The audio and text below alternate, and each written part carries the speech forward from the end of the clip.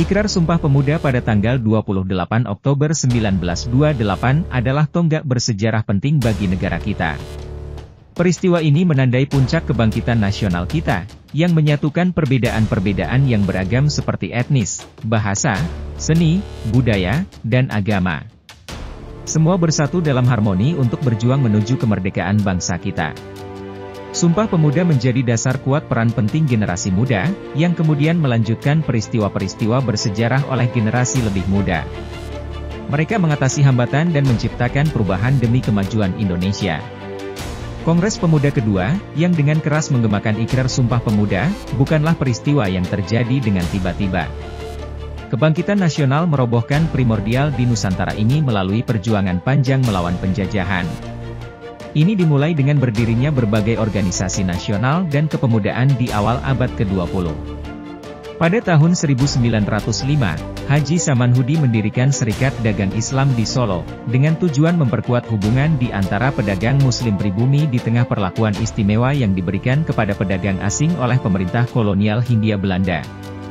Pada tahun 1906, Tirto Adisuryo mendirikan Serikat Priai dan menerbitkan surat kabar pertama berbahasa Melayu di Indonesia yang bernama Medan Priai, pada tahun 1907. Pada tahun 1910, Raden Mas Tirto Adisuryo mendirikan Serikat Dagang Islam di Buitenzor, Bogor. Di Surabaya, Haji Umar Said Cokroaminoto mengikuti gerakan Haji Samanhudi di bawah kepemimpinan Hos Cokroaminoto. Pada tahun 1912, Serikat Dagang Islam berganti nama menjadi Serikat Islam, menandakan perubahan dari sebuah asosiasi dagang biasa menjadi sebuah gerakan politik.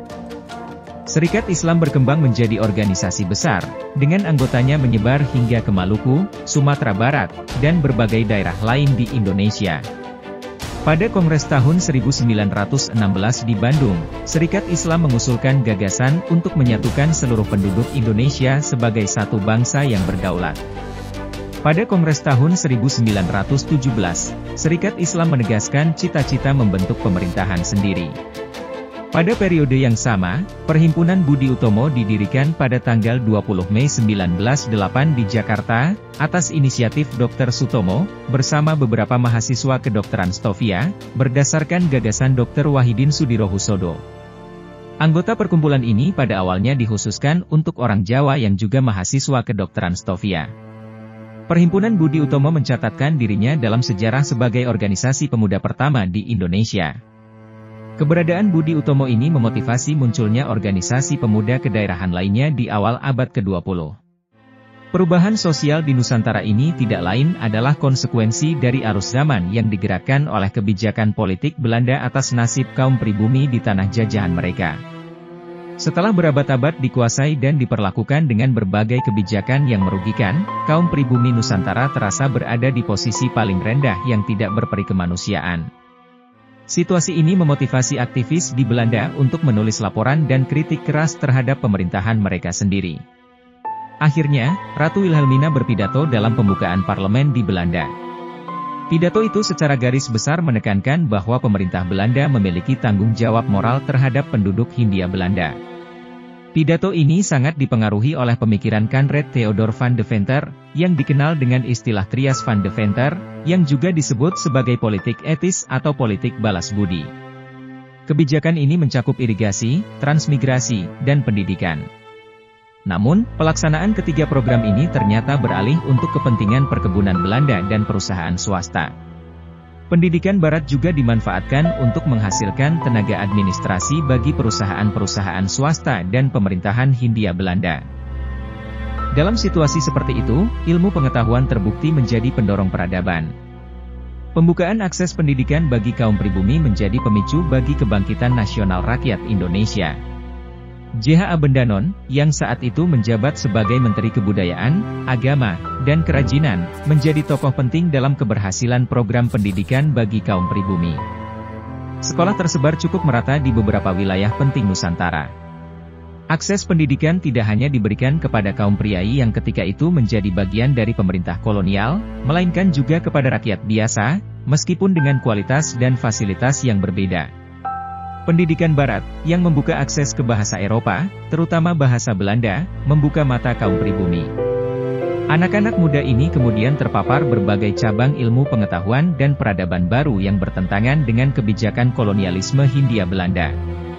Perekonomian Hindia Belanda pada awal abad ke-19 dikuasai oleh bangsa Eropa dan Tionghoa. Kebijakan ekonomi liberal ini sangat merugikan petani dan penduduk pribumi, terutama saat perekonomian Hindia Belanda mengalami penurunan. Hal ini membuat para tuan tanah dan pemilik modal semakin menindas masyarakat. Terjadilah kerusuhan dan pemberontakan di mana-mana, karena para petani dipaksa untuk bekerja tanpa upah atau diusir karena tidak mampu membayar hutang dan pajak. Perkumpulan dan organisasi kaum pribumi, seperti Serikat Dagang Islam dan Budi Utomo, awalnya didirikan untuk memperjuangkan kepentingan kelompok dan golongan. Namun, seiring berjalannya waktu, kaum terdidik ini semakin tergerak untuk memperjuangkan aspirasi politik, bahkan semakin radikal sejak awal tahun 1920-an. Pemerintah Hindia Belanda, tentu saja, tidak tinggal diam. Mereka mulai mengawasi dengan ketat perkumpulan dan organisasi pergerakan. Kepolisian dan pejabat pemerintah Hindia Belanda memiliki wewenang untuk menghadiri rapat-rapat organisasi. Pemerintah juga menyusup dan mencoba memecah belah berbagai organisasi dan perkumpulan pergerakan nasional, termasuk organisasi pelajar dan mahasiswa. Orang tua pelajar dan mahasiswa ditekan agar anak-anak mereka tidak terlibat dalam perkumpulan dan organisasi politik. Strategi licik pemerintahan ini memengaruhi banyak pelajar dan mahasiswa yang menerima beasiswa, atau orang tua mereka adalah pegawai dan aparatur pemerintah Hindia Belanda. Represi dan politik pemecah belah pemerintah tersebut telah menghasilkan ketegangan antara organisasi pergerakan, antara kelompok yang memilih jalur panjang melalui kerjasama dan pendidikan, dengan kelompok yang semakin keras berbicara tentang sikap politik kaum pribumi. Ketegangan semakin berbahaya di organisasi Islam yang mendapat infiltrasi aliran kiri atau komunis. Puncak represi pemerintah terjadi pada tahun 1926, seiring dengan pemberontakan bersenjata Partai Komunis Indonesia, PKI, yang dimulai di Batavia pada 12 November 1926 dan menyebar ke kota-kota lain di Jawa dan Sumatera.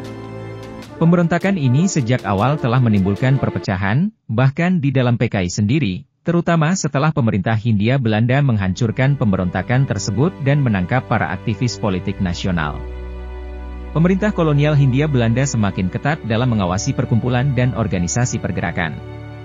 Sementara para aktivis semakin menyadari bahwa persatuan dan kerjasama di antara seluruh elemen bangsa harus menjadi prioritas untuk memperjuangkan nasib kaum pribumi. Perkumpulan dan organisasi pemuda memulai upaya untuk mencapai persatuan ini melalui Kongres Pemuda pertama. Kongres Pemuda pertama diadakan di Batavia pada tanggal 30 April hingga 2 Mei 1926. Kongres ini awalnya telah mencapai kesepakatan tentang resolusi Kongres, tetapi gagal karena perbedaan pendapat tentang bahasa Melayu yang diusulkan oleh Muhammad Yamin sebagai bahasa persatuan. Bahasa persatuan dan lagu kebangsaan menjadi simbol penting bagi bangsa yang telah lama dipikirkan oleh aktivis. Pada Kongres Pemuda kedua, terjadi perubahan besar, di mana istilah bahasa Melayu diganti menjadi bahasa Indonesia. Kongres Pemuda kedua juga menandai pembacaan hasil Kongres di Gedung Indonesia, yang kemudian dikenal sebagai Sumpah Pemuda. Dalam Gedung Indonesia itu, ikrar ini dibacakan, yang menyatakan kesatuan bangsa Indonesia, kebangsaan Indonesia, dan bahasa Indonesia sebagai bahasa persatuan. Sumpah Pemuda! Satu, kami putra dan putri Indonesia mengaku bertumpah darah yang satu, tanah Indonesia. Dua, kami putra dan putri Indonesia mengaku berbangsa yang satu, bangsa Indonesia. Tiga, kami putra dan putri Indonesia menjunjung bahasa persatuan, bahasa Indonesia.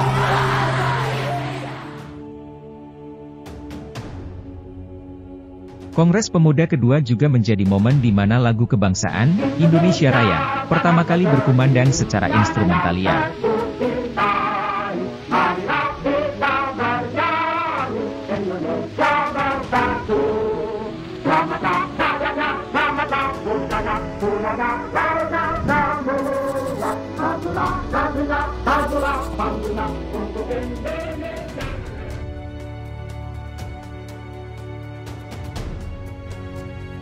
Generasi muda Indonesia lahir dalam semangat perjuangan sejak awal abad ke-20, yang ditandai dengan berdirinya organisasi seperti Sarekat Islam dan kelompok terdidik.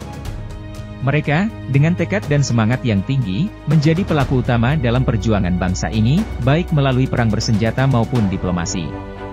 Perjuangan ini terus berlanjut selama masa penjajahan dan berlanjut hingga kemerdekaan Indonesia, yang diproklamirkan pada 17 Agustus 1945.